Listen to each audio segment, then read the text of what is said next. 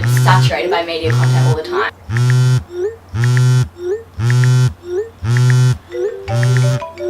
These days, like, everything's temporary.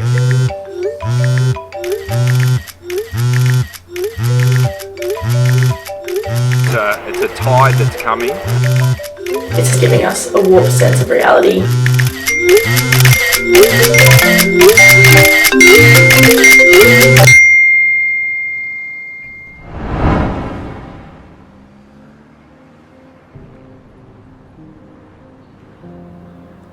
A generation of quitters.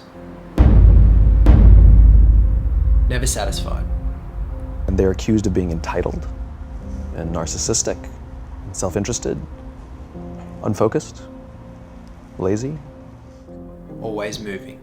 Like so many others in her generation, Amy Warner spent the first few years after college going from job to job. I had no real plan. But where to? Where are we going? Everything you want, you can have instantaneously. You have to earn your place before you get entitled to all of your entitlements. Everything you want, instant gratification, except job satisfaction and strength of relationships. There ain't no app for that. I want to make a lot of money and have free education, but we're not really willing to put in the work.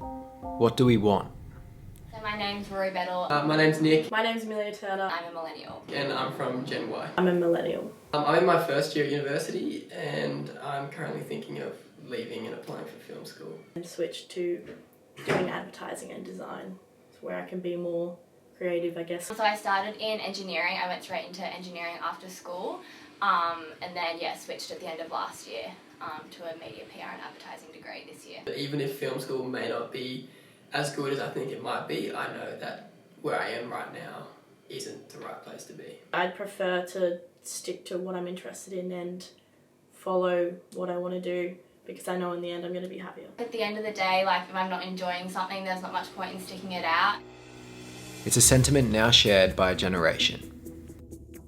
Currently, 66% of millennials want a new job within 5 years, 44% within 2 years, and 25% by the end of next year. So what is the cost of our job shifting and changing? And who pays it?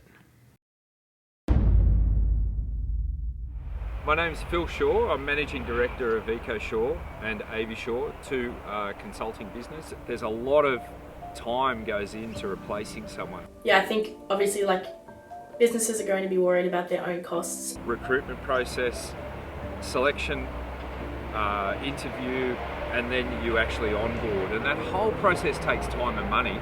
If you're miserable in the job you're working at, I don't think you should have to stay in. And then when you've got this new individual into your organisation, it also is going to take you quite a long time to get them to a level of competence, expertise. The productivity definitely depletes. It's really hard to put people on and make them profitable. So, it's character building and it's like good experience, but I also think if it's coming at the detriment of your well-being or your mental health, I think that it is so fair to pull the plug on something. Millennials definitely have a desire to jump around or see new things, experience new things, and if they're feeling in a rut in their workplace, they probably won't feel contented. They don't feel like they do have, a chance to, rise up through the ranks or whatever. I think it's pretty fair for people to want to leave that. You might find some individuals who are expecting to go further up the ladder sooner than they're ready for. Are we impatient or delusional? As of 2019, the average millennial attention span has shifted from 12 seconds to 8 seconds, now lower than a goldfish. But why are we so different? What do you think of millennials? Coddled, entitled? Yes, I think so. Why are we so despised? Welcome to Ms. Mojo, and today we'll be counting down our picks for the top 10 reasons why millennials are hated. Why us? Does the internet make us smarter or more distracted? Now you add in the sense of impatience, right? They've grown up in a world of instant gratification. You want to buy something, you go on Amazon, it arrives the next day.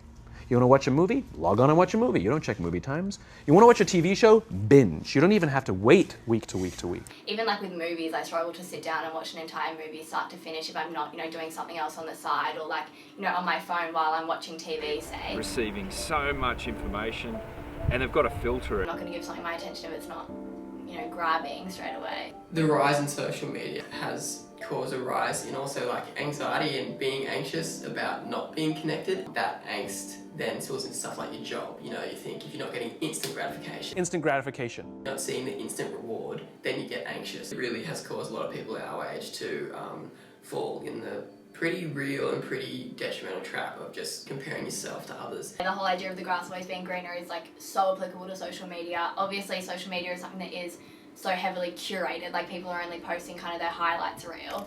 And I think in that it's so easy to get caught up in that and to, look at someone else's highlights reel and be like, why isn't my reality lining up with that? But like that's not their reality either. You think of travelling somewhere and you have this picture in your mind of what it's going to be like, and you get there and it's completely different. Some people that would influence them to change their career path because they're like, oh, I want to be doing what they're doing. I think we do lack the ability to stick something out when it might be good in the long run if it's not good in the short term. So this is it. The society we made. But is it the one that we want? It's not going to be something that you can push against. It's a tide that's coming. We've got to work out how to work with the shift that's happening. Are we misunderstood? Misrepresented? My main thing is being happy. I want to be happy in what I'm doing. Are we just searching for something more? Getting what you want, whether that be happiness or whatever it is more of it's a long-term thing. I think you discover as time goes on that anything that's really worthwhile isn't easy or isn't instantly available. Or are we just a new age of people focused on the now, constantly looking for the next best thing?